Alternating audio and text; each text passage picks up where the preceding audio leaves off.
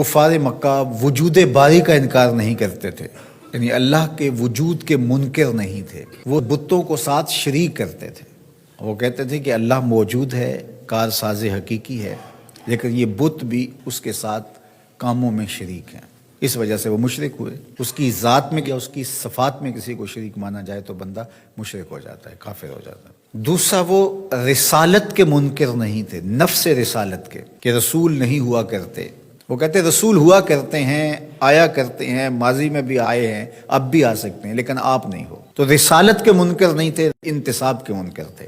اور تیسری بات، عقیدہ آخرت، اس کا وہ سرے سے انکار کرتے تھے۔ وہ کہتے تھے یہ تو ہو ہی نہیں سکتا کہ جب ہم مر جائیں، مٹی میں مل جائیں تو دوبارہ اٹھائے جائیں۔ تو وہ باس بعد الموت کا بالکل انکار کرتے تھے۔ وہ کہتے ہیں یہ تو بات سمجھ میں نہیں آتی، جب ہم مر جائیں گے، جب ہم مٹی میں مل جائیں گے، ہڈیاں ہماری رل جائیں گی، تو دوبارہ کیسے ہمیں زندہ کیا جائے گا، یہ کیسے ہو سکتا ہے۔ نضر بن حارث باقاعدہ کسی قبرستان سے پرانی بوسیدہ سی ہڈی اٹھا لایا اور آقا کریم علیہ السلام کے سامنے آ کے کھڑا ہو گیا اور اس ہڈی کو توڑتا ہے اور اس کے ریزے زمین پہ گرتے ہیں اور کہتا کیا ہے، من یحیی العظام، ان ہڈیوں کو کون زندگی دے گا، وہی رمیم، جب یہ اتنی خستہ ہو گئی ہیں، بربری سی ہیں کہ ہاتھ کا لمس بھی گوارا نہیں کرتی اور گر پڑتی ہیں، تو ان ہڈیوں کو دوبارہ زندگی ملے گی۔ اب اس کا جواب سنیے، اللہ اکبر، رب کا کلام تو پھر رب کا کلام ہے۔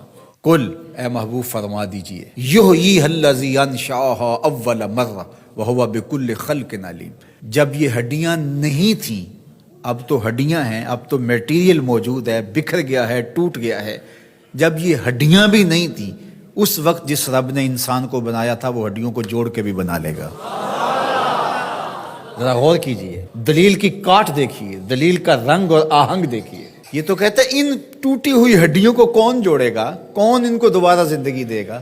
یہ سوال وہ پوچھ رہا ہے، وَضَرَبَ لَنَا مَثَلًا، مثالیں کہاوتیں وہ بنا رہا ہے، وَنَسِیَ خَلْقَ، جو اپنی تخلیق کو بھولا ہوا ہے، جس کو یہ یاد ہی نہیں ہے کہ میں کون ہوں۔ ننھی بوند سے میری تخلیق ہوئی اور پھر ہڈیاں بھی بنی، گوشت بھی چڑھا اور پھر جو ہے وہ روح بھی پھونکی گئی۔ اگر یہ اپنی تخلیق پہ غور کرتا جو ہڈی اٹھا کے لایا ہے تو یہ سوال ہی نہ کر پاتا کہ یہ کہاں تھا اور یہ کیسے آیا۔ تو وہ ڈٹ کے انکار کرتے تھے عقیدہ آخرت کا۔ تو یہ شروع سے رہا ہے، لوگ عقیدہ آخرت کا انکار کرتے ہیں۔ آج بھی بہت سارے لوگ عقیدتاً آخرت کا انکار کرتے ہیں، عملاً اور رویتاً بہت سارے لوگ انکار کرتے ہیں۔ جو آخرت کو فراموش کر بیٹھتا ہے اور دنیا کو ہی سب کچھ سمجھتا ہے اور آخرت کی بالکل تیاری نہیں کرتا، وہ بھی آخرت کو فراموش کیے ہوئے ہے۔ اللہ اکبر۔ تو اللہ تعالیٰ جل شانہ نے اپنے پیغمبر کے ذریعے سے اس تیقن کو کس طرح لوگوں کے سامنے پیش کیا۔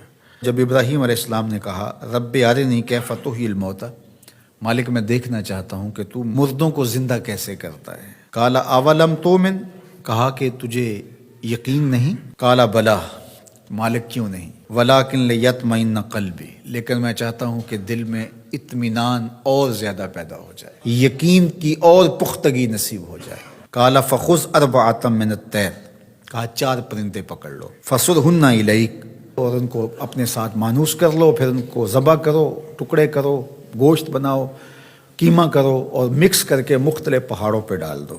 کہا اب ایک ایک کر کے جانور کو پکارتے جاؤ، یاتینک سعیا، آپ دیکھیں گے دوڑتے ہوئے تمہارے پاس آئیں گے۔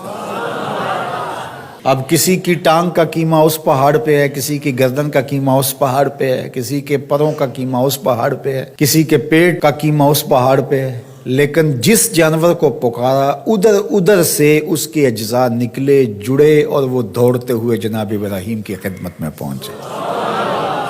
تو کہا ہم ایسے ہی مردوں کو زندہ کرتے ہیں۔ تو یہ ان کے یقین کو پختہ کرنے کے لیے تھا۔ تو تیقن کی دولت بہت بڑی دولت